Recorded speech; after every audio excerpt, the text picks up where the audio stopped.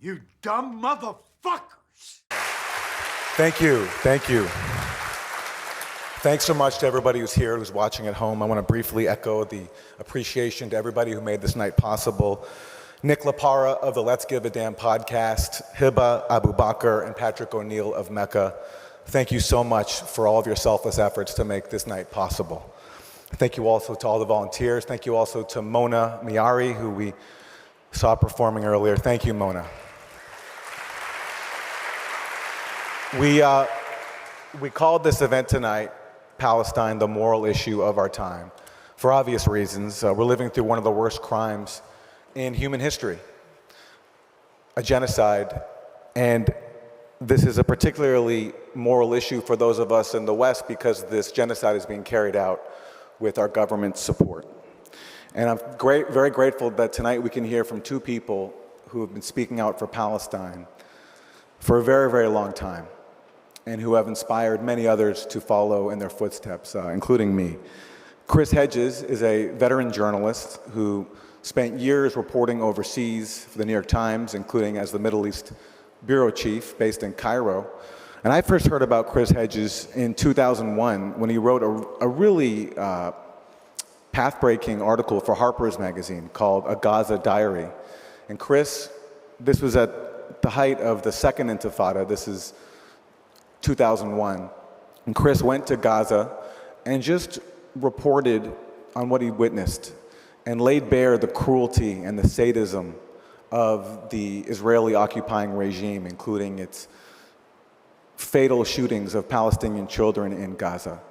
And I remember thinking, when I saw Chris's byline, what is a New York Times journalist doing writing this? Because in the New York Times, as we know now, you aren't allowed to write about this. You aren't allowed to portray Palestinians as the human beings that they are. You aren't allowed to show the reality of the Israeli occupier. But Chris was clearly someone who was not putting his career first. He was putting the truth first. He was putting morality first. And for that, he paid the price. After he wrote that piece in Harper's, which actually he used his vacation time to do while he was on vacation from the New York Times, the Times banned him from writing about the Middle East ever again. And his fate was sealed a few years later when he came out against the Iraq War, which is another no-no at the New York Times. And soon Chris was basically forced to leave. So he's an example to so many of us, especially journalists, about how there are costs to speaking the truth, there are costs to integrity, but there are also great rewards. And Chris, because of his uncompromising journalism, has been able to reach people around the world with his voice of conscience. And that's expressed in his brand new book, which has just come out, called The Genocide Foretold, Reporting on Survival and Resistance in Occupied Palestine. So I'm very grateful that Chris is here with us tonight.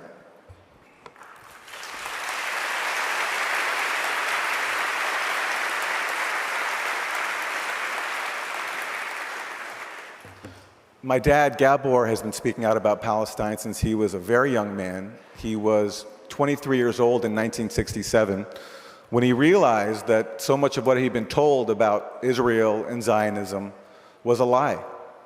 And ever since then, he's been trying to tell the truth, no matter the consequence. And one of my earliest memories of my dad telling the truth about Palestine came in 1989. He was in Palestine for the first time as part of a delegation visiting the occupied territories.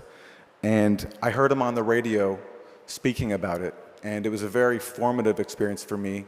I heard him weeping and talking about how he had been weeping at what he had seen.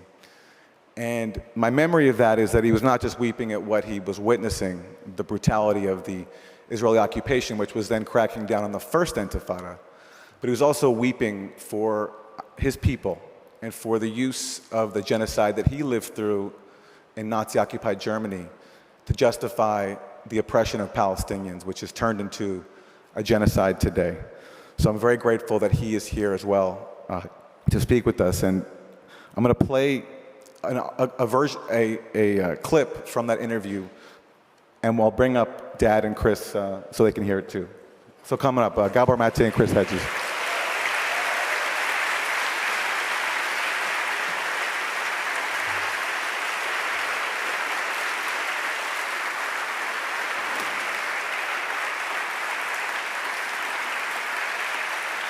So,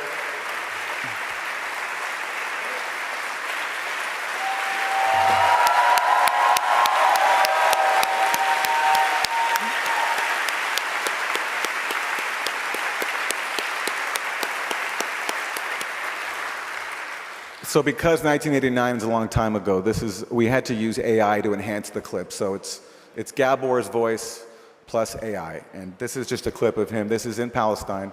Oh, and by the way, I missed the most important part. This night is especially significant for us as a family because Dad, Gabor, was there in Palestine on a delegation organized by the Middle East Children's Alliance, by Mecca. So it's wonderful that we can be here tonight to support them. So,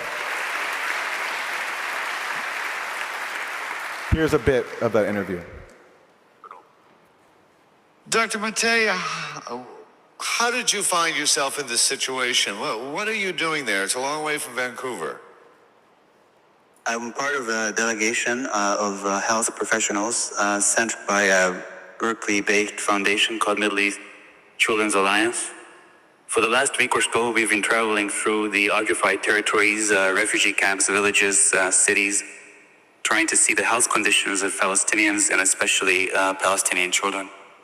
And I had been to a Complicit hospital here in Jerusalem just 2 days prior to the incident. Last night when I heard about it, I felt I needed to go and witness it for myself and to speak to the people and to speak to the medical staff. What, in your conversations with these people, what has been the impact on you as a doctor? Mr. Enright, I'm Jewish, I'm a doctor, I'm a human being. I've been crying for the past 3 days, even before that. Because of what you've seen? There aren't any words for it, and I don't think there's anything I can say to people when I come back that can convey the feeling for what I've seen. I went today I won't even say that. I'm sorry, I'll stop here. Doctor, you will be criticized for speaking out, perhaps in some quarters. I'm sorry about that. I know that I will be. I already have been. People feel that by criticizing Israel, you contribute to anti-Semitism or you're somehow being a traitor to your people. I don't believe that. I believe that anti-Semitism is far more served by people keeping silent, especially Jews keeping silent, or such a thing that the whole world can perceive to be an injustice and an affront to humanity. And I think furthermore that the people who criticize, I feel sad for them, I really do. I'm not angry at them anymore, I used to be. I think they don't know, and they may not want to know, but I'm hopeful for their sake and for the salvation of their own humanity and the humanity of this country here that they open their eyes. Dr. Maté, it's good to talk to you tonight. Thank you. Good luck. Dr. Gabor Mate is with the Middle East Children's Alliance. He spoke from Jerusalem. So here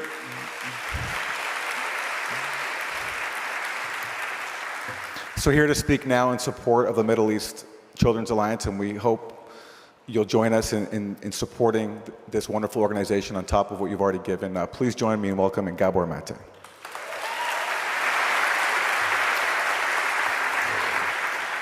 Well, good evening. I hope you can hear me. I said in the clip that I'm not angry anymore. The hell I'm not angry. I'm totally enraged.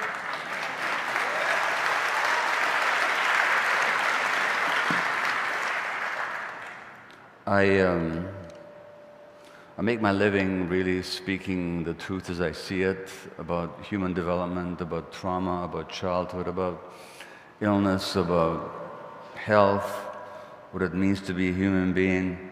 And I'm usually very confident and comfortable that I can convey in my words my understanding and perceptions of the world. In this case, I feel completely inadequate to actually put into words what I feel, what I see, and also what I perceive many human beings are going through right now. Simply, the words escape us. When in my adolescence, I first found out about the Nazi genocide of my own people, literally, almost every day when I would think about it, my head would spin. Literally, my head would spin. I think, how is this even possible? And I feel like I'm back with that adolescent, almost naive incomprehension about how this, what we're witnessing, can possibly be going on. It's a real privilege to be on the stage with Chris, whose work I followed for many years, who's been, as Aaron pointed out, such a beacon for truth in such a dark, dark world. Every era seems to have its moral touch point, and the theme tonight is Gaza as the moral issue of our time. In the 19th century, there was the question of freedom in Poland, actually.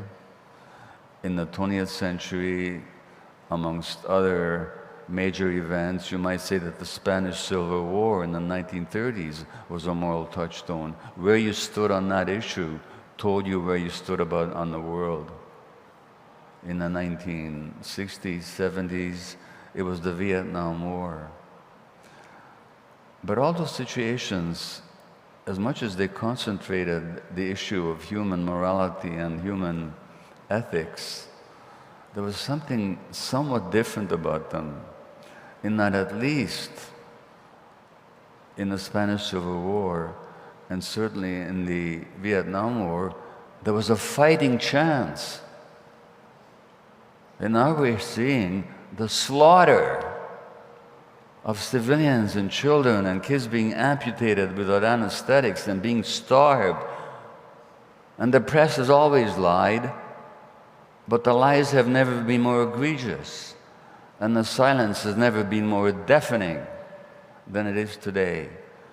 And since I can't quite find the words, let me quote a Muslim, an Arabic writer, Omar al-Akkad, who in his wonderful, wonderful book, One Day Everyone Will Have Been Against This, says the following: the moral component of history, the most necessary component, is simply a single question asked over and over again. When it mattered, who sided with justice and who sided with power? What makes moments such as this one so dangerous, so clarifying, is that one way or another, everyone is forced to answer. And Palestine is the issue of our time, where you stand on that issue tells you whether you've got a heart that's even open and functioning. Because you see, in the Western world, we value knowing with the mind, with the intellect. And with the intellect, you can make all kinds of arguments about who started what and who's responsible for what. But to be even asking as to where the truth lies means that you completely cut off from your heart and from your guts. So there's ways of knowing that combine the gut and the heart and the mind. And as somebody said, without the gut and the heart informing the mind, we're nothing but genius-level reptiles. And those genius-level reptiles are running our world right now.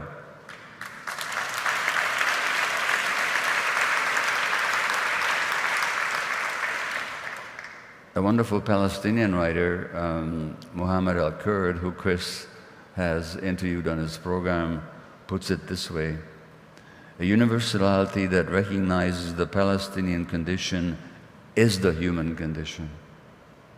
Palestine is a microcosm of the world, wretched, raging, fraught, and fragmented, on fire, stubborn, ineligible, dignified. The lens we lend the Palestinian reveals how we see each other and how we see everything else.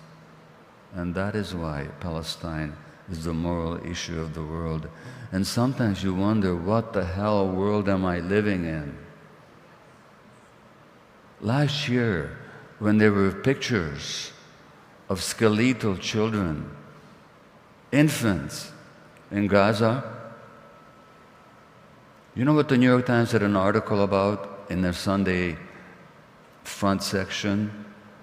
About a fucking farm in Israel where they grew caviar for export. and how dedicated these workers were to still go to work despite the war, to grow the caviar, to export to Europe. And meanwhile, Palestinian kids were starving that the Times never mentioned. What world, I said to myself, are we possibly living in? Haaretz, the Israeli newspaper that not infrequently tells the truth, or some of the truth at least, calls the current situation a war of the generals against the children. And in Haaretz, there was an incredible article by Gideon Levy, the Jewish organizations, the Holocaust Memorial industry. They recognize what they call righteous Gentiles. These are non-Jews that helped Jews during the horror of the Second World War. Well, one day, if they ever recognize righteous Jews, Gideon Levy will surely have pride of place.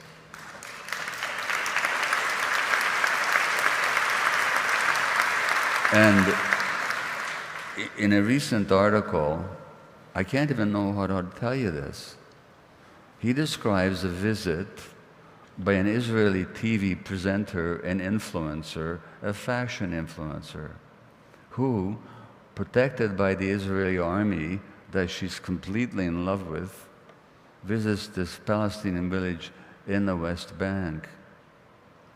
And she reports, I had such admiration for these soldiers who had to put up with screaming grandmothers and screaming babies whose homes they had to enter at night, and they could still hold on to their humanity.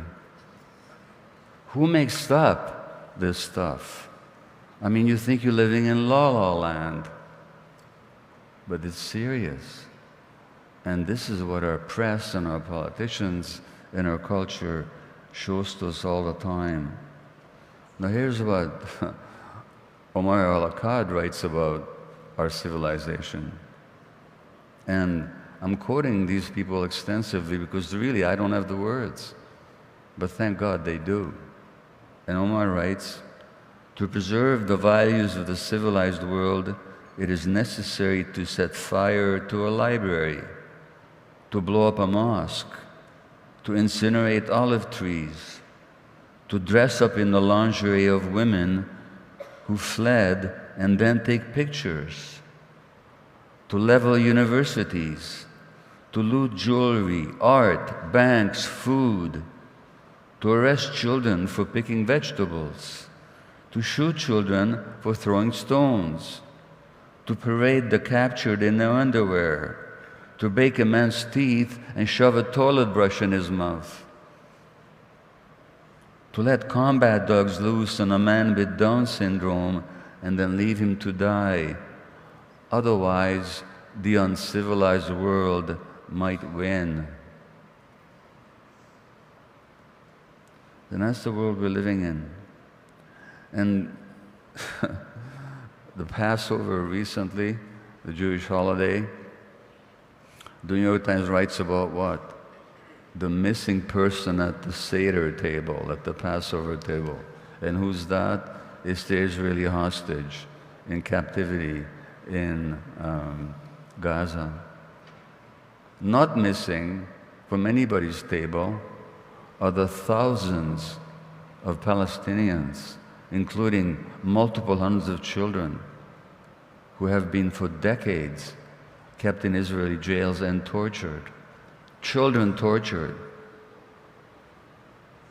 They recently released a man who was 13 when he was arrested, with no weapons. No weapons, and he was charged with attempted murder. He got 10 years. Now he's 10 years later, they released him, mentally ill, a broken person.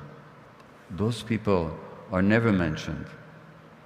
2 years ago, 2.5 years ago, I was in the West Bank working with Palestinian women who'd been tortured in Israeli jails. And let me tell you, you got to hand it to the Israelis. They really know how to torture people. They've developed certain skills. That's one of them.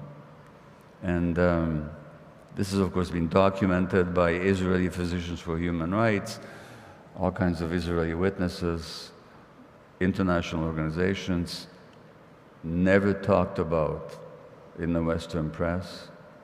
The fact that the head of the orthopedic surgery at Al-Shifa Hospital was a perfectly healthy, vigorous 50-year-old man, was captured, and 6 weeks later he died without his underclothes on, with blood streaming from his rectum, with his ribs broken, never reported in the North American press. It's just beneath our attention. Well, what does that tell us about Palestine as the moral issue of our time? The Dutch-American writer Jacob Riis, who wrote this book on the tenements of New York, in fact, it was a bestseller back in the 1890s, he said, "The world forgets too easily, too easily, what it does not like to remember." And that forgetting is instantaneous. And you know, I don't know how this is going to end. All I know is that all the speaking that Chris has done, all the wonderful people that he's interviewed, all the interviews that I've been invited to speak on, the millions of people that have seen us and other people speak online, has not saved a single finger of a single Palestinian child. It does mean that we have to hold on to a sense of morality and possibility that goes beyond the present moment. I like to think, well, let me tell you one more thing. I recently wrote the foreword to a book by a Palestinian psychiatrist. Her name is Dr. Salma Jabbar. She was head of mental health for Palestine, but she was too honest and too sharp in her criticism of the traitorous Palestinian Authority. So she no longer has that position. But in her book, you know what she writes?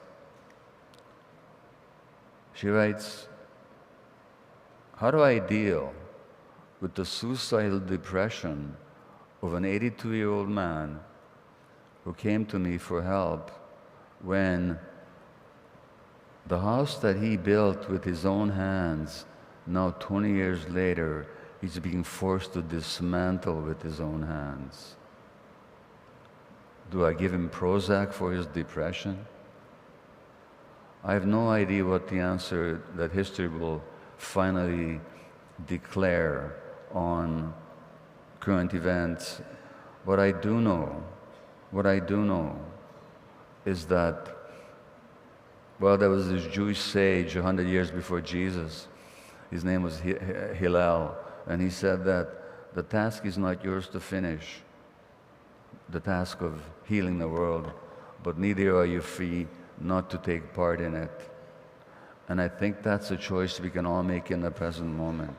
We don't know how it's going to end, and none of us, I hope it's otherwise, but none of us in our lifetimes may see justice the way we would like to see it, but by God, we can make a contribution, however big, however little that is, and we can make sure that Palestine is never, ever, ever forgotten.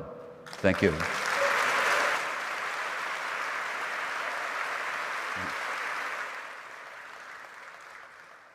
Thank you, and it's a tremendous honor for me to be here with Gabor, one of the intellectual and moral giants of our time.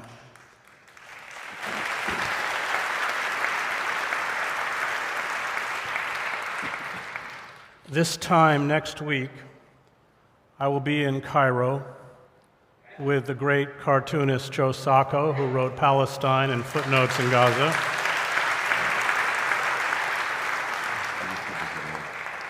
And we will be beginning our book on the genocide by interviewing Palestinians in Cairo, a book my publisher, who's made handsome profits off me in the past, Simon & Schuster, has already told me they don't want. My old office in Gaza is a pile of rubble. The streets around it, where I went for coffee, ordered maftool or manakish, had a haircut, are flattened. Friends and colleagues are dead, or more often have vanished. Last heard from weeks or months ago, no doubt buried somewhere under the broken slabs of concrete. The uncounted dead in the tens, perhaps hundreds of thousands. Israel has made Gaza a wasteland. 50 million tons of rubble and debris. Rats and dogs scavenge amid the ruins and the fetid pools of raw sewage. The putrid stench and contamination of decaying corpses rises from beneath the mountains of shattered concrete. Palestinians, 90% of whom are displaced, risk death from unexploded ordnance left behind after 18 months of airstrikes, artillery barrages, missile strikes, and blasts from tank shells, and a variety of toxic substances, including raw sewage and asbestos. Israel, supplied with billions of dollars of weapons from the United States, Germany, Italy, and the UK, created this hell, and it intends to maintain it. The blockade of all food and humanitarian aid since March 2nd, that's more than 60 days, has resulted in outbreaks of hepatitis A caused by drinking contaminated water, ailments such as scabies, malnutrition. 60,000 children show signs of malnutrition. 57 Palestinians have starved so far since March 2nd, most of them elderly and children. Starvation, widespread nausea, and vomiting. Palestinians in Gaza live in makeshift tents, encamped amid these slabs of concrete. Many have been forced to move over a dozen times.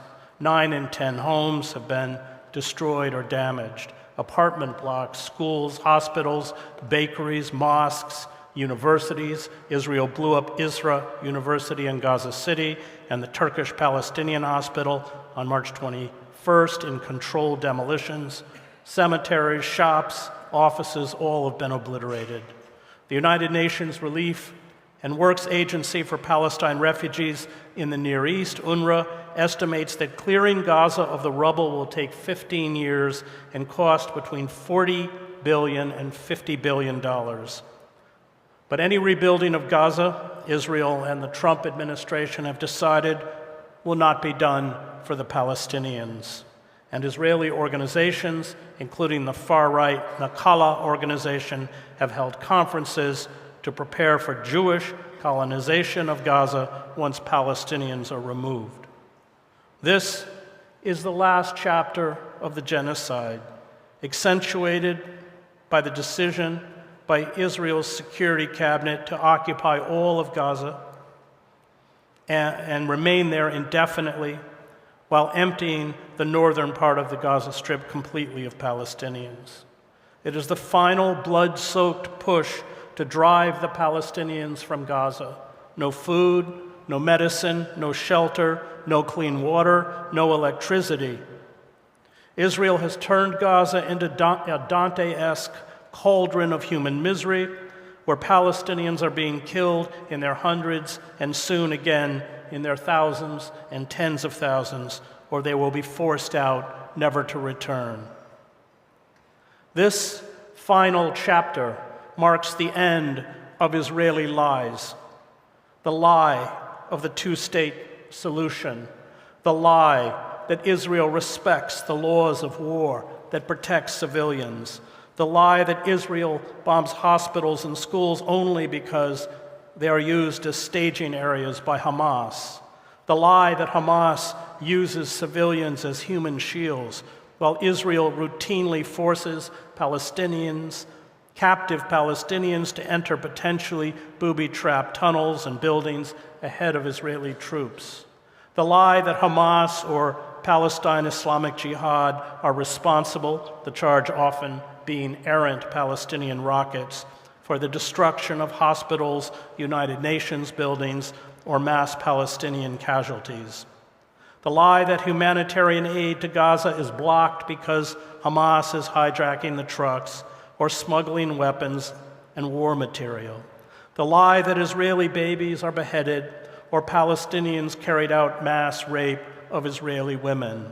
The lie that 75% of the tens of thousands killed in Gaza were Hamas, quote-unquote, terrorists.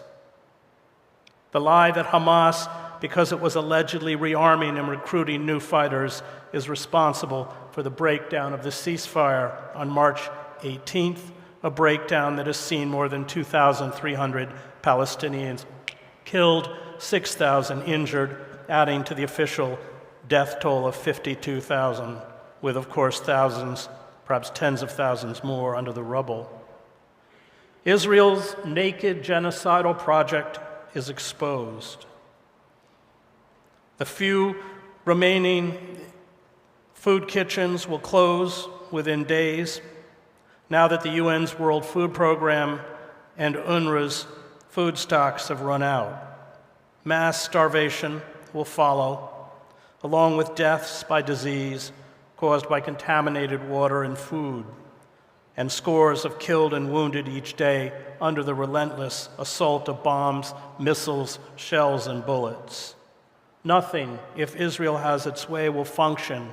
Bakeries, water treatment, sewage plants, hospitals, distribution centers, clinics.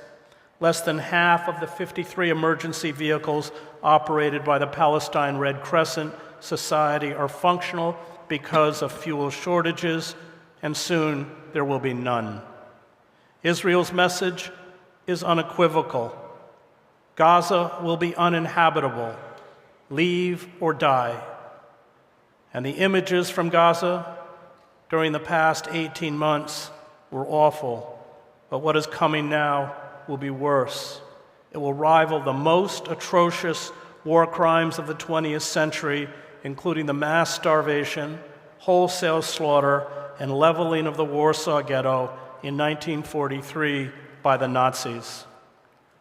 October 7th marked the dividing line between an Israeli policy that advocated the brutalization and subjugation of the Palestinians and a policy that calls for their extermination and removal from historic Palestine. What we are witnessing is the equivalent of the moment triggered by the annihilation of some 200 soldiers led by George Armstrong Custer in June 1876 at the Battle of the Little Bighorn. After that humiliating defeat, Native Americans were targeted for extermination, with the remnants forced into prisoner of war camps, later renamed reservations, where thousands died of disease, lived under the merciless gaze of their armed occupiers, and fell into a life of immiseration and despair. Expect the same for the Palestinians in Gaza, dumped, I fear, in one of the world's hellholes and forgotten.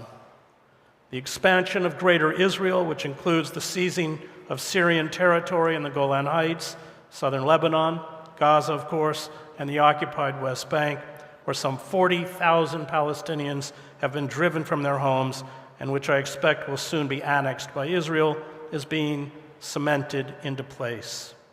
But the genocide in Gaza is only the start. The world is breaking down under the onslaught of the climate crisis, which is triggering mass migrations, failed states, catastrophic wildfires, hurricanes, storms, flooding, and droughts. As global stability unravels, industrial violence, which is decimating the Palestinians, will become ubiquitous.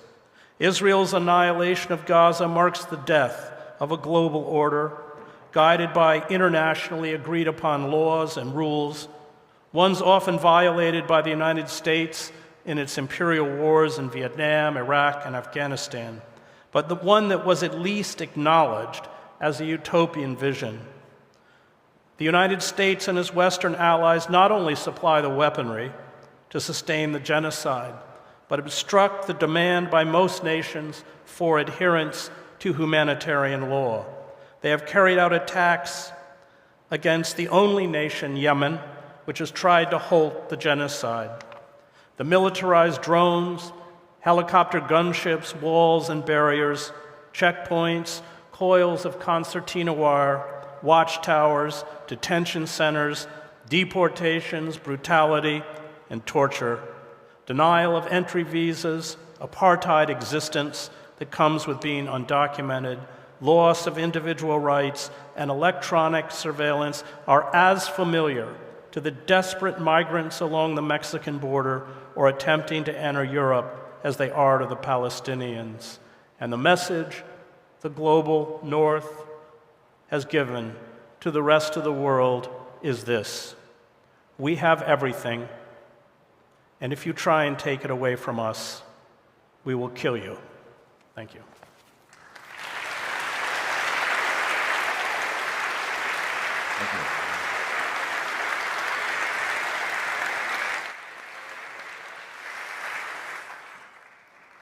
I want to start by asking you about the Holocaust. Yeah.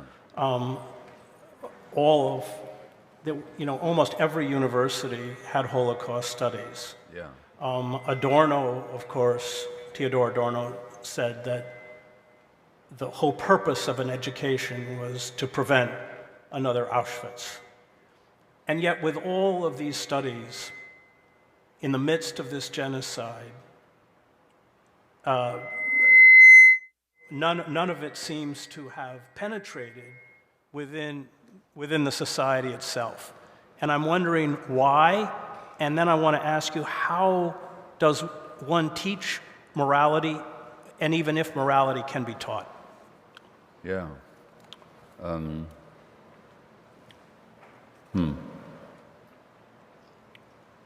Well, the first thing to notice, and again, this is nothing you'll ever see mentioned in the Western press, that there are at least 6 Israeli Jewish, internationally renowned scholars of genocide and the Holocaust who have former members of the Israeli Defense Forces, academics who have called the current situation in Gaza genocide.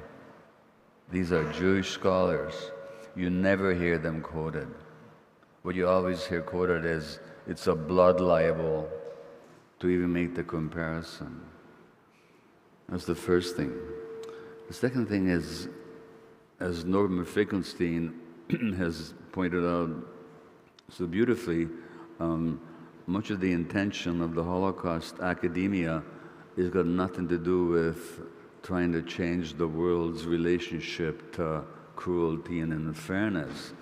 It's to establish a sense of Jewish exceptionalism so that we're the perpetual victims and that everything we do is justified, everything that's done to us is an outrage. A case example is Germany, where Germany is often lauded as the country which has taken responsibility for its actions. Unlike, say, Japan, which is still to acknowledge that it prostituted Korean women in the service of the Japanese forces in Korea and China. Well, that's true. Germany has pleaded mea culpa, but what have they learned? Nothing.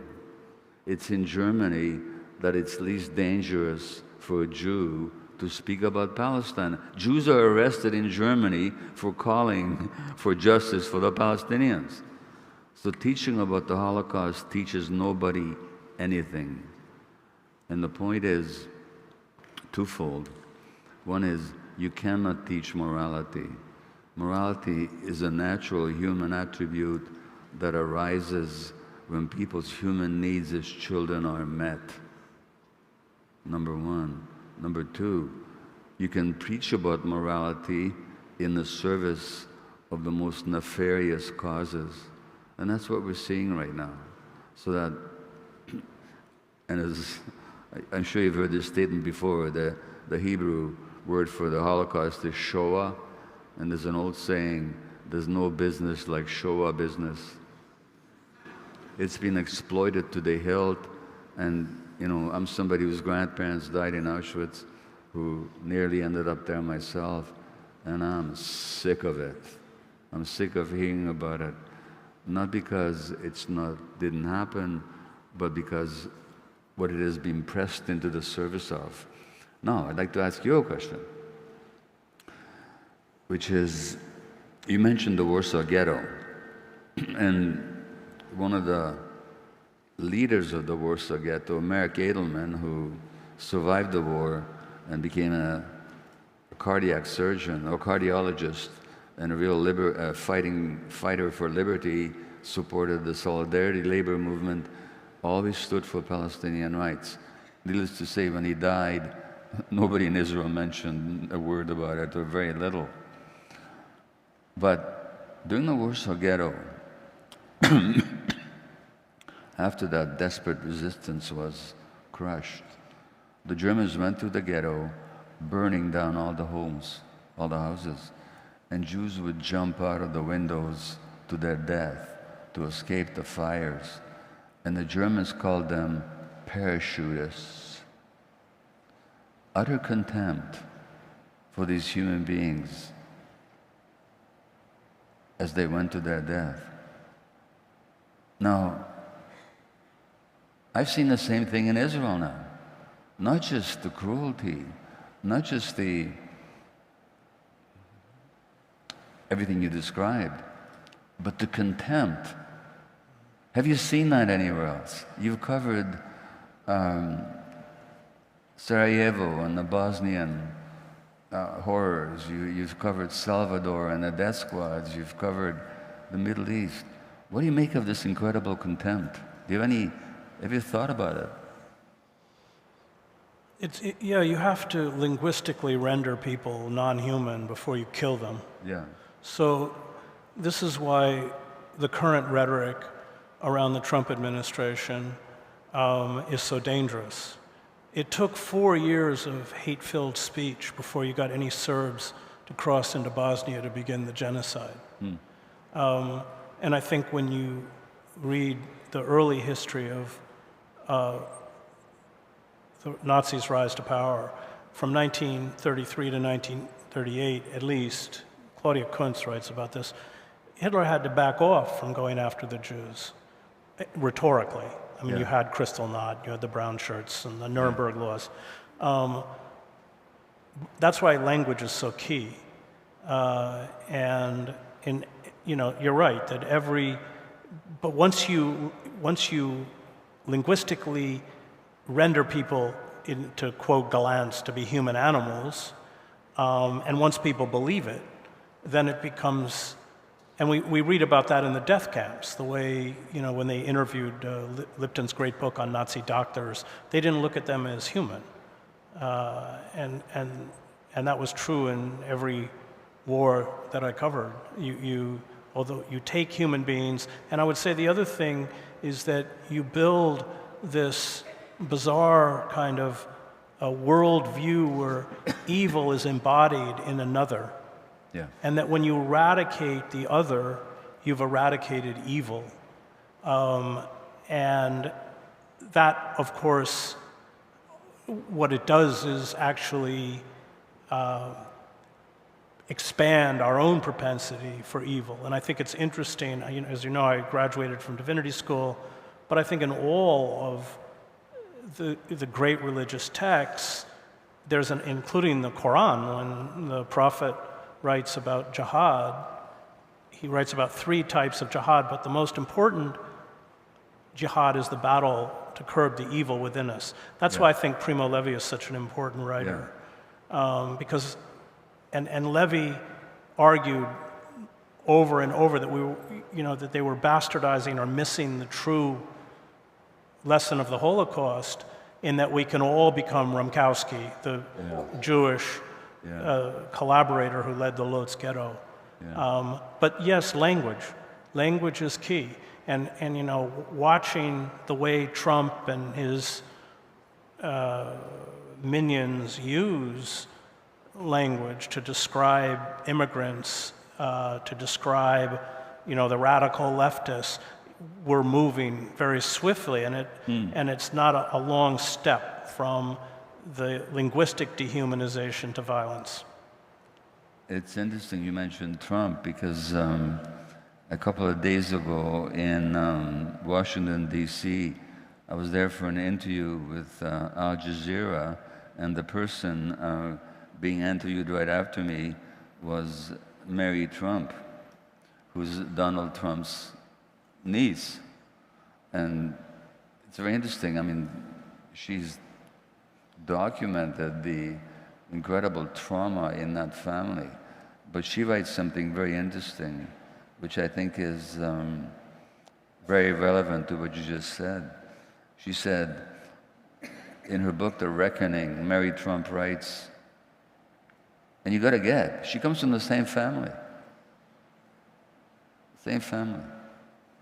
And she writes, we are a nation shackled by a cultural imperative to move from the pain of war, mass death, disease, and government-sanctioned barbarity in the name of peace or healing or a return to normal, when all we really have been doing is preserving the unchecked impunity of the powerful to inflict pain again, again, and again. This is Mary Trump. I want to ask you about despair, because I think for all of us who've spent 7 years in and out of Gaza, and you were right, I think, in your speech to cite that sense of futility that we all feel, despite all of the energy many of us in this room put in to battling this genocide. I know I find a kind of solace, having been raised in a religious household, that we're not finally judged by what we empirically achieve, but what we strive to achieve. But despair is something you know a lot more about than I do, and I'm sure there's many like me in this room who struggle with it daily. Well, I feel despair all the time. Not all the time, but frequently. So despair is a perfectly normal emotion. So is hatred, by the way. These are perfectly normal emotions in the face of what we're dealing with right now. But let me read you something that might put it into perspective. This is somebody writing a long time ago, but he might as well be writing about Gaza. He says, greed, hatred, and delusion of every kind are unwholesome. Whatever action a greedy, hating, and deluded person heaps up by deeds, words, or thoughts, that is unwholesome. Whatever such a person, overpowered by greed, hatred, and delusion, and his thoughts controlled by them, inflicts under false pretexts upon another by killing, imprisonment, confiscation of property, false accusations, or expulsion, that is all unwholesome. Who do you think is writing here? It's the Buddha. Oh, wow. 2,500 years ago. And he's talking about expulsion, torture, confiscation of property, false accusation, killing, imprisonment. The Buddha, 2,500 years ago. Why am I saying this? Not to minimize in any way or to dismiss the importance of the present moment, but human beings have been dealing with this for a long time. And what is actually amazing and what is to be celebrated, this is my antidote to despair, such as it is. What is to be celebrated is that in the face of thousands of years of that kind of history, People still love the truth. People still love liberation. People still love freedom. People are still committed to justice. People are still outraged when they see these patterns arise and ours and over again, so that in addition to the despair, there's that real humanity that has never been extirpated and never will be. And that's my, for what it's worth, that's my antidote to despair. This is a long-term story, and we can all make a contribution. And I think the response to despair, for God's sakes, do something, however little, however limited, but do it. Because it's the absence of agency, lack of activity, lack of engagement that really engenders despair. Yeah. Well, all of these protests and these wonderful, courageous students who are our nation's conscience, who set up these encampments, to be honest, I would appear at the edge of Columbia or Princeton. It was my therapy. Yeah. Really, quite literally. I owe those students so much, and I admire them so much, and some of them are with us tonight.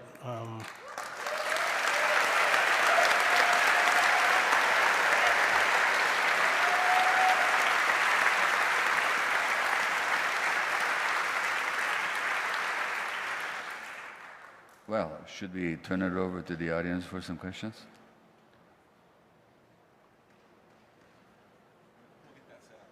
Okay. Meanwhile, let me read you, this is a night full of readings.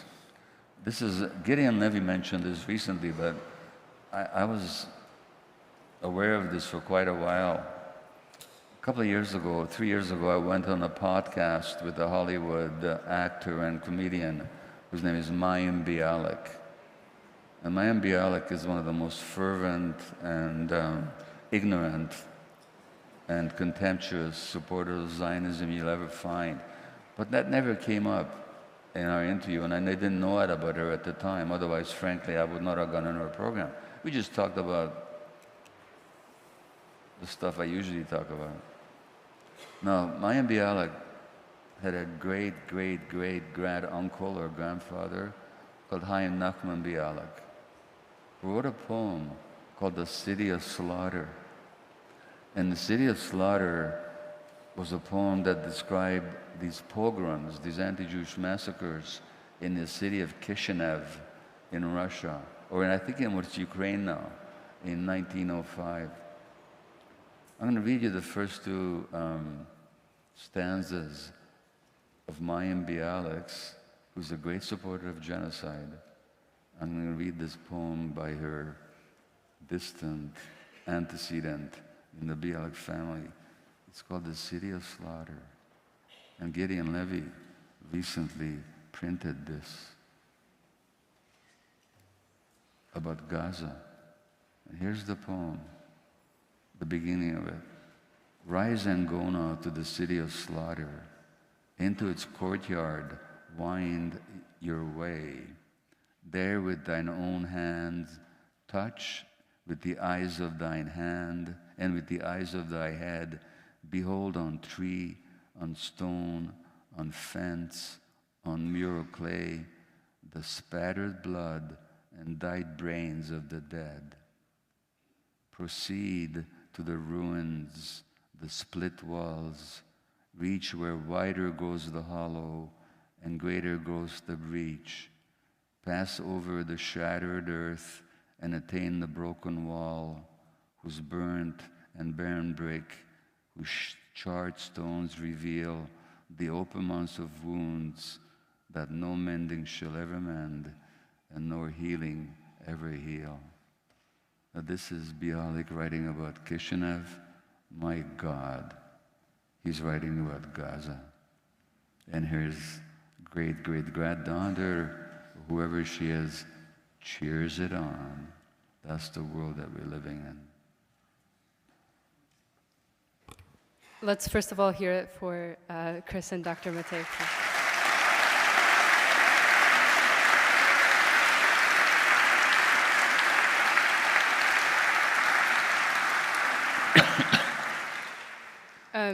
We would like to take some questions now from the audience. So if you have any questions, please feel free to line up. We have microphones here and here. We'll try to get through as many as we can. So please be mindful of the time you are taking and try to ask your question as soon as possible. We can start over here with this first question. Hello. First and foremost, thank you so much, both of you, for speaking with us today. It's an honor to be here. I am Palestinian American, and my voice is shaky because I lived under Israeli occupation and apartheid and witnessed horrific things as a child. Things no child should ever have to witness and see with their own eyes, including watching bombs being dropped on homes, knowing that there's children and families inside of those homes. And so being a survivor of Israeli occupation and apartheid and coming back to live in the United States, there was a lot of trauma that was stored into my nervous system. And what was left with me was a lot of survivor's guilt, and of course, over the last 5 years, I've spent it doing a lot of healing, and of course, a lot of your work, Dr. Gabor, has been just immensely helpful. And while I've been healing my nervous system, that survivor's guilt remains. Got it. And so the question is how do we break that generational trauma with our children? All right, I got it. Yeah, while continuing No, to... don't go away. Yeah, okay. Thanks for the question. Sure. Let me ask you a question. I survived the Holocaust. My grandparents died. Tell me that I'm guilty. Tell me that I'm guilty. You're guilty. Do you believe that? Of course not. Then why do you believe it about yourself? That's a good question. Think about that one. Either I'm guilty, in which case we both are, or neither of us is. But it can't be the fact that you're guilty and I'm not. It's one or the other. Mm-hmm. Which one would you like to choose? Yeah. Thank you. Okay? Yeah. Thanks. Thank you. Thank you.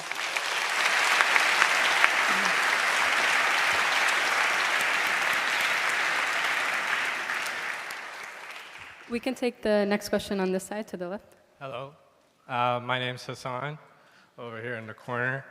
I became a father in November, just after October 2023. Mm-hmm. Since then, I have seen dead children, starving children, mutilated families every day while I feed and dress my son, and I feel a lot of hatred. We talked about hatred today. I feel a lot of hatred. But I also, maybe because of some despair, I feel maybe delusional hope. And that delusional hope takes the shape of changing geopolitics. I hope for the rise of the global south. I almost feel like it can't be any worse than what we're experiencing now. It can only be better. I feel that they probably have the moral authority on their side. I'd like to get your opinion on how much of this is accurate and how much of it is maybe just, hope. Do you feel that the world from a non-Western-led order would be better? Yes.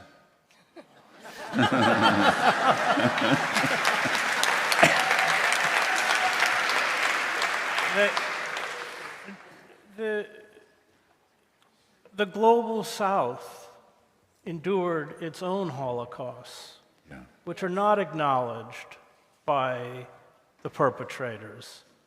The Herero, the Namakwa, the Armenians, the 1943 Bengal famine, in which 3 million Hindus died.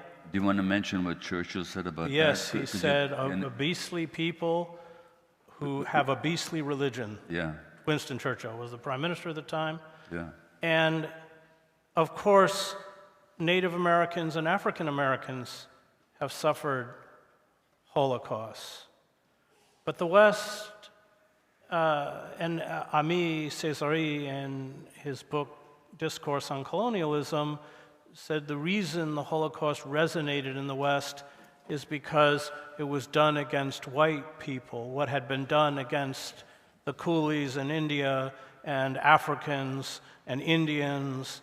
And the Global South, I don't think it's any accident that Yemen, courageous Yemen, has fought, because we forget the mass starvation, the epidemics. There was a siege on Yemen. Of course, the United States is now again bombing Yemen daily. We were bombing Yemen by proxy through Saudi Arabia. They understand very well not only what's happening to the Palestinians, but they understand who we are because of their own experience. And Pankaj Mishra just wrote a very good book, The World After Gaza, I think it's called, right? He's brilliant, brilliant scholar. His book, Age of Anger, is also brilliant. But he makes this point, and I think we are seeing a move, a kind of division that can't be bridged. I've been in the Middle East quite a bit since the genocide began. This will be my third trip to Egypt. I was in the West Bank last summer, Jordan. I've been in Qatar twice doing broadcasting for Al Jazeera, both in Arabic and English. I do think that we are seeing the rise of the Global South assert itself. At the same time, if you haven't figured it out yet, all Trump and all his grifters and yahoos and Christian fascists are doing a pretty good job of imploding the American empire. They're going to take a lot of people down with them, but that's what they're doing. So yes, we are entering a world where the kind of hegemony of both Europe and the United States is no longer enforceable, and I don't know how after this genocide, any figure from the UK, from Germany, from the United States is going to be able to stand up and talk about American virtue or the rule of law. I think we've been exposed for who we are.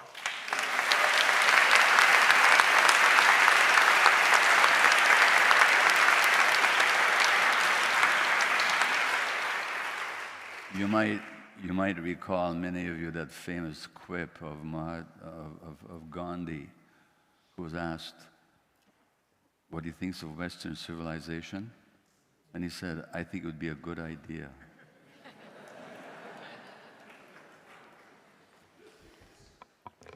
Okay, thank you. We can go here for our next question, stage right.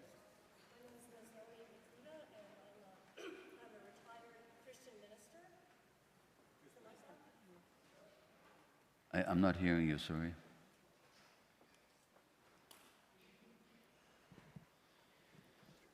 My name is Nozomi Ikuda, and I'm a retired minister. And it's embarrassing to even say that these days, really. Most of the people I work with are secular or, from a variety of religions. But, and I have a lot of respect for the Kairos Palestine statement, but I really feel like we're in such a crisis. It's maybe time for another Kairos document. And so I'm just putting that out there for people of incredible moral and intellectual leadership like you to maybe ponder that idea. And anyway, thank you both so much for all of your work. What kind of document? You can explain it. Well, back during World War II, the Bonhoeffer and those folks wrote a document about standing up to Hitler as part of their faith. In 1985, South Africa, there was a document about apartheid. 1992, there was one in the US about the invasion of Christopher Columbus. There's also one about Palestine. There's one from the Americas also. But we're in such a fascist moment, overtly fascist moment, that to me it feels much more like, I didn't live through the Third Reich. I was a baby during McCarthy. But it feels to me much more like, Hitler than it does McCarthy.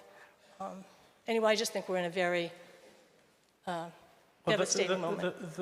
This fascist movement uses the veneer of the Christian faith. Yes. They're heretics, of course. They're not course. Christians.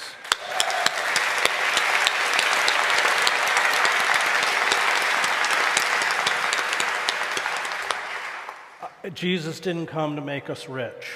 And you didn't have to suffer through 3 years of Harvard Divinity School as I did to figure that one out. No, I wrote a book, American Fascists, The Christian Right and the War in America, for which I took a lot of heat for. And I think the liberal church failed by not calling these people out for who they were in the name of tolerance, which is a word Martin Luther King never used. It was our job, and we gave them a kind of religious credibility that they should not have. My great mentor at Harvard, James Luther Adams, was at the University of Heidelberg in 1980 when I had him, 35 and 36. He dropped out. He joined Niemöller in the underground confessing church. But he, in the 80s, when I was in school, likened these figures to the so-called German Christian church, which was a Nazi creation. And if you look at the ideological roots of, Trump is brainless. I mean, they give him the Sharpie and, they put it in front of him and he signs it. But the people behind them are not. They know very well what they're doing. And if you look at the ideological roots, the two major figures are Rusas Rushdoony, who was a Nazi sympathizer, but the Nazi legalist Carl Schmitt.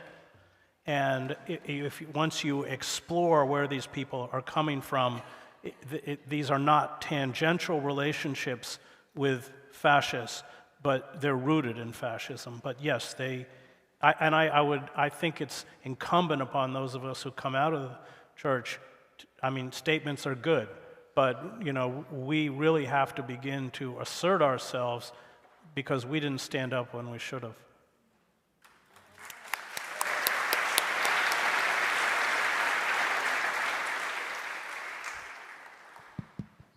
Hi. I just returned from Gaza 2 weeks ago as a humanitarian worker, and thanks.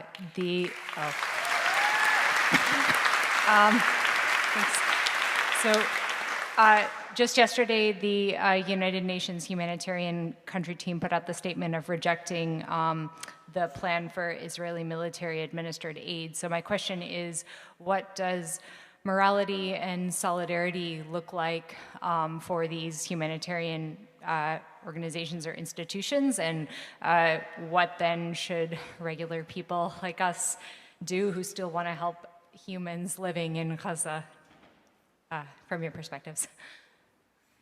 I really wonder about that myself, because even an organization like Middle East Children's Alliance, for whom this benefit is being held tonight, if the Israelis really decide that they're going to be the spigot that's either open or closed for humanitarian aid, food, medicine to get into Gaza, how's anybody going to force it through when the rest of the world allows them to maintain that control? So I don't know. I wish I knew the answer to that. When we donate money, I'm not trying just to discourage anybody, on the contrary, but in this world that we're heading into, how we can even ensure that the pittance that we can put together will even get through? Do you have any answer to that, Chris? Well, clearly they want to use aid as a weapon. Yeah. And it reminds me of Mark Edelman's wife, Alina Margolis, Yeah. who was also a doctor and a founder That's right. of Médecins du Monde. She lived in my apartment when she worked in the refugee camps. She was also in the Warsaw Ghetto. But Mark, and there's a wonderful book by Hannah Kroll called Shielding the Flame, where she interviews Mark about all of these moral dilemmas.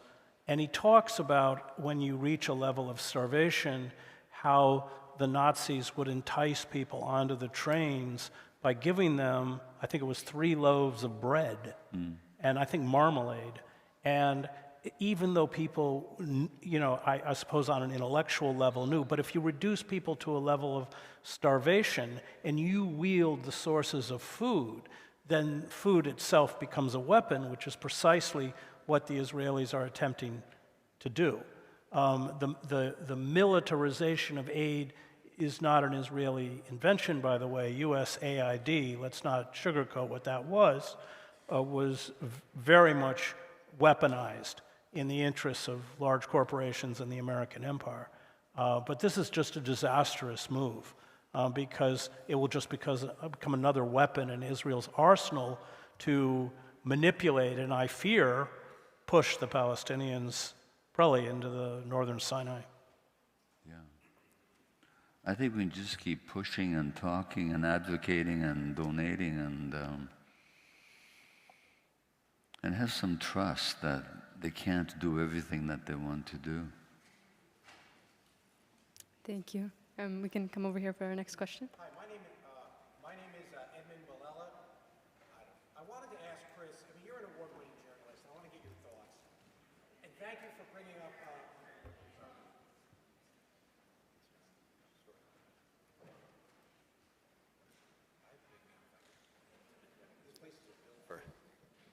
Okay, thanks. My name is Edmund Balella, and I want to thank you both. And it is an honor to be here and to be in the presence of all of you. I'm blessed by being here. And Chris, I want your thoughts. As an award-winning journalist, how do we break through the bubble? And thank you for bringing up auto-da-fe of the mind in one of your lectures, because there's this cacophony of propaganda and of misinformation. And I look at my colleagues, I'm in social work, and they completely buy what they're told. And I'm not sure I blame them, because if you start with those premises, you're going to get to those conclusions. And I'm not really sure, how do we somehow try to introduce a counter discourse? I'm taking major heat. I'm considered an anti-Semite for being here. I mentioned your books, and people say, I never thought you to be an anti-Semite, Ed. And I'm cleaning up the language. So, if I post that I'm here on Facebook, I don't know what'll happen. People's heads will explode. But so your thoughts on how to break through, how do you create a counter discourse?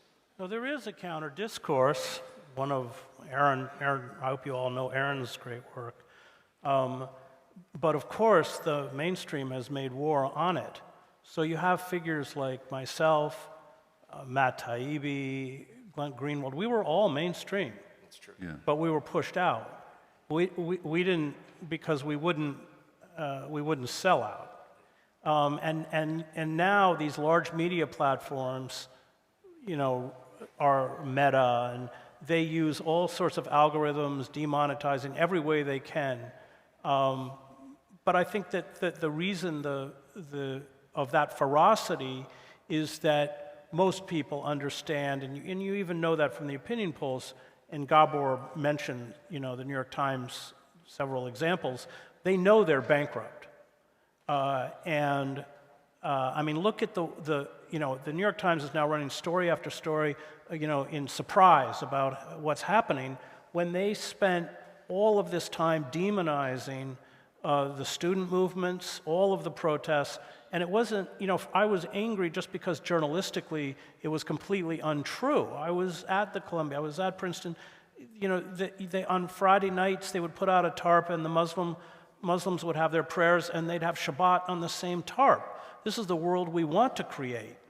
And so they led with this lie and repeated it over and over, which of course became the fertilizer for the attacks that are now taking place. So, all we can do, and there are journalists out there that do it.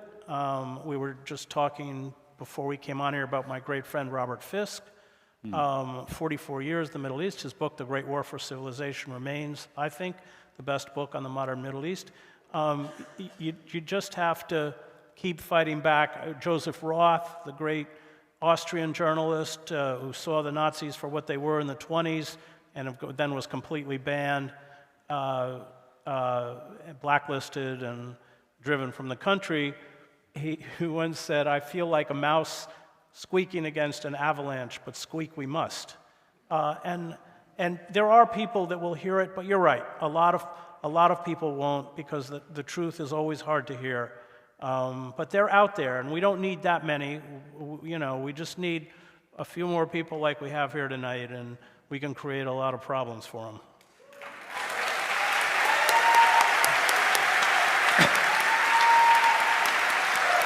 There are a couple of things I want to add. Is we have to be wise to their tricks. Now, for years, this is before October the 7th, whenever the New York Times mentioned Hamas, it would de rigueur add, Hamas is an organization that denies the right of Israel to exist. Okay? Now, first of all, that wasn't even quite true.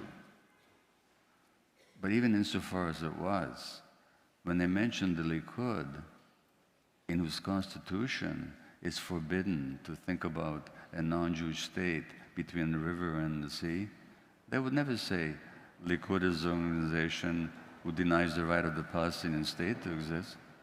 But we just take it for granted. Even now, when they report the number of Palestinian dead, they say, according to the Hamas-run Gaza Ministry of Health. They never say, according to the Trump-run American Ministry of Health or the Likud-run Israeli Ministry of Health. These little tricks that get under our skin without even us noticing it. That's the first point. Second point is, I read the biography or the memoirs of Albert Speer. Speer was an interesting character. He was the Hitler's architect and friend, and also his economic minister.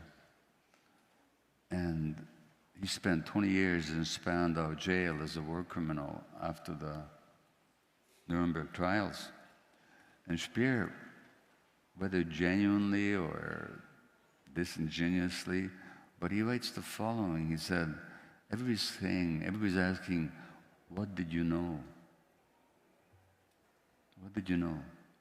But he said, that's the wrong question.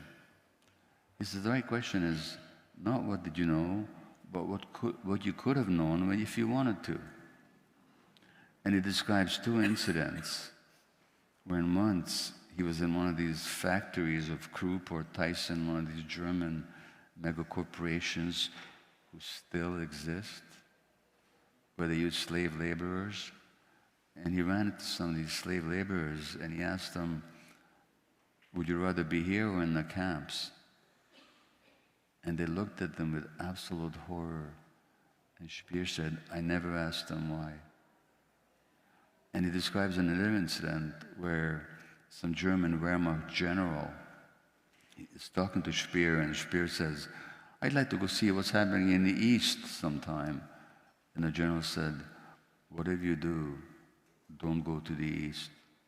And Speer said, I never asked why. Now the difference is that there was no alternative media.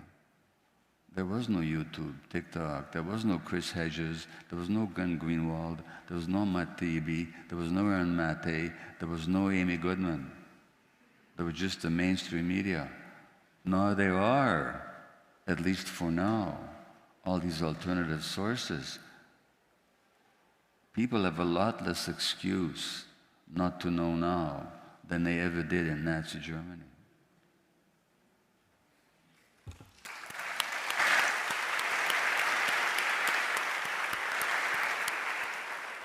I know that we can listen to you both speak all night, me personally, but I think we only have time for one more question, so we'll go over here to the left of the stage. Thank you. My name is Mariam Al-Rashid. I'm an international law lawyer in New York here, Manhattan. Immediately in October of 2023, when after October 7th, right here. And thank you. It feels very small to say to both of you for being here. It's more gratitude than anything else. I spoke up immediately. This is my area of law and specialty. In October of 2023 in Manhattan. So you can imagine the last 18 months how great that's been in big law. A great deal of fun. What I found most frustrating, and I'd like to hear both of your views on this, on how people in the audience and those who are live streaming and hearing this, or anyone else who watches, I traveled to a Gulf state not very long after, less than a year after October 7th.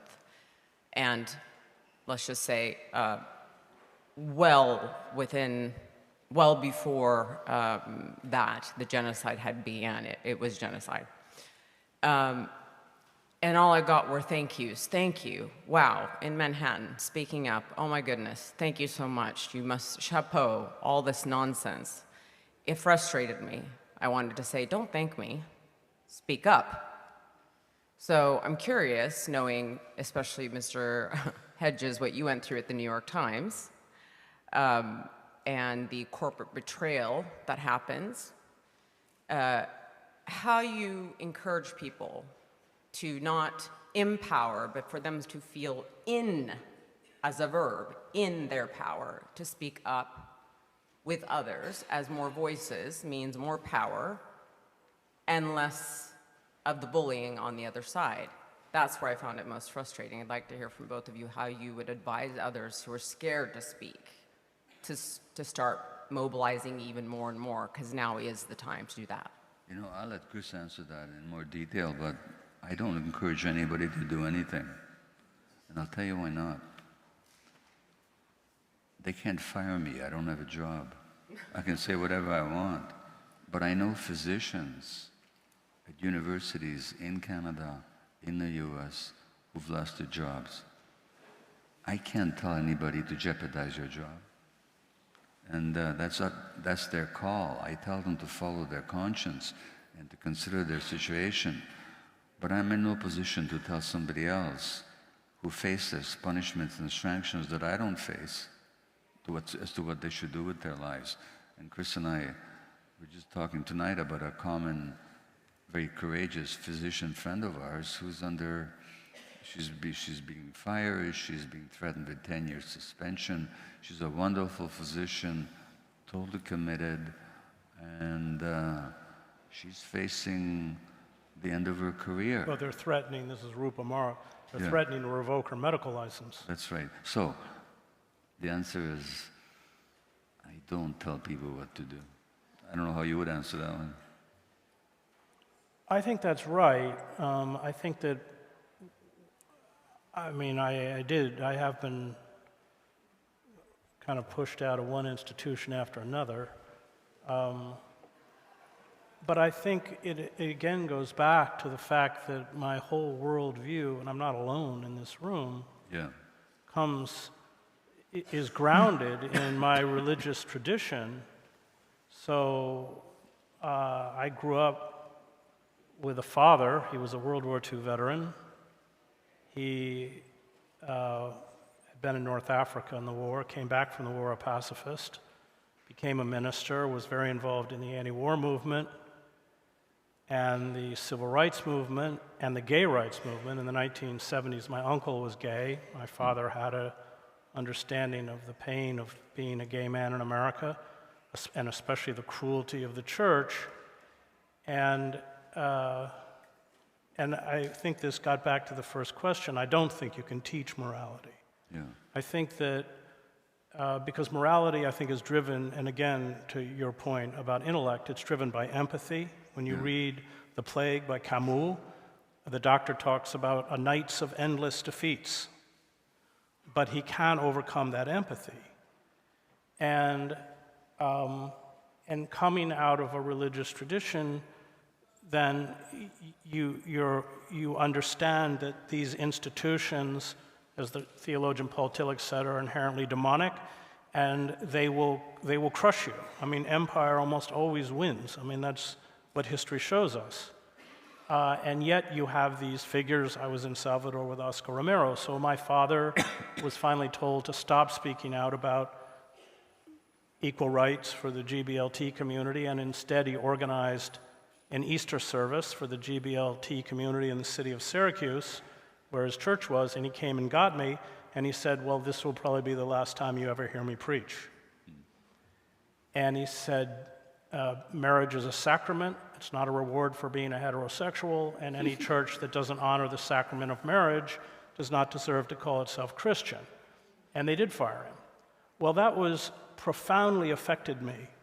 And when I was called into the New York Times for denouncing the invasion of Iraq, I'd been given a written reprimand, and I'm not going to pretend it was easy. It wasn't. I mean, not only would I have been finished, but I was now blacklisted. I mean, I was no journalistic enterprise was going to hire me, but when I sat in that office, I realized I had a choice, and that was to pay fealty to my career, but to do so would be to betray my father, and I couldn't do that.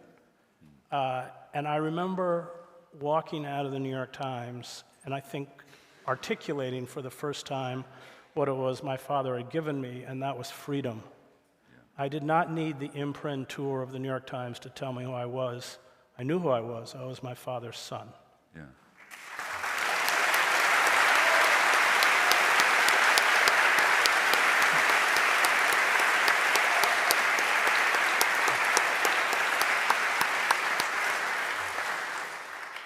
And sometimes I do say to people, there's no pain-free option. Right. It's a question of which pain would you rather have. The pain of self-suppression, self-betrayal, or the pain of disapproval or sanctions against you.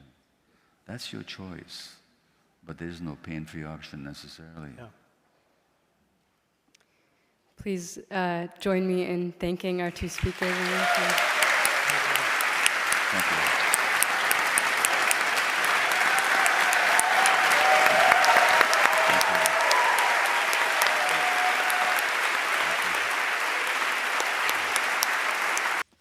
Who's that with her? You don't know who that is? No. Jimmy Hoffa.